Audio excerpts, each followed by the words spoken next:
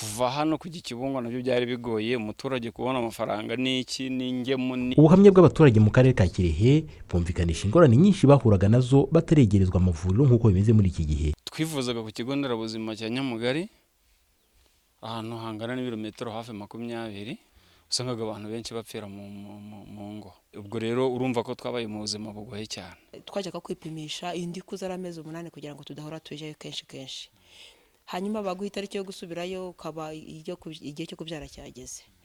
Ariko habaho kubyara ingorane tukabayo ngiyo mu nzu by'abakecuru bashyushya amazi bashongura indango ibise byiyongere, hakaba nubwo umwana avutse yapfa nkanjye nabyo umwana wa mbere upfuye. Hari abana barwara ugasanga hakaba kujya kuraguza ngo nabazimu.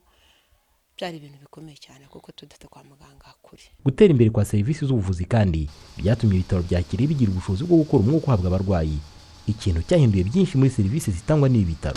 Mbere ibitaro byatakazaga amafaranga, suku yatakaza mu by'ukuri byatangaga amafaranga agera hafi kuri miliyoni 5 mu kugira ngo tugure umwuka ugenewe abarwayi.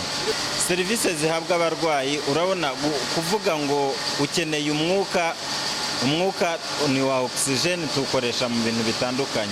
Babandi bakeneye ubutabazi bw'ibanze abona ubufasha bugufi, bityo tukabasha kurengera ubuzima bwe.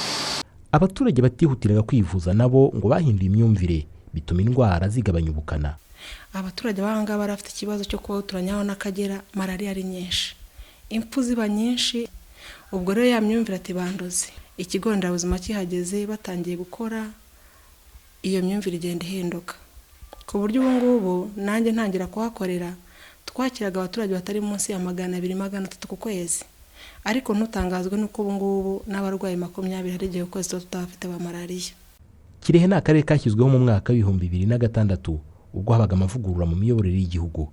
Kuri ubu abagatuye bishimiye iterambere ikomeje kwiyongera iwabo, ari nako boroherwa no kubona serivisi bakeneye.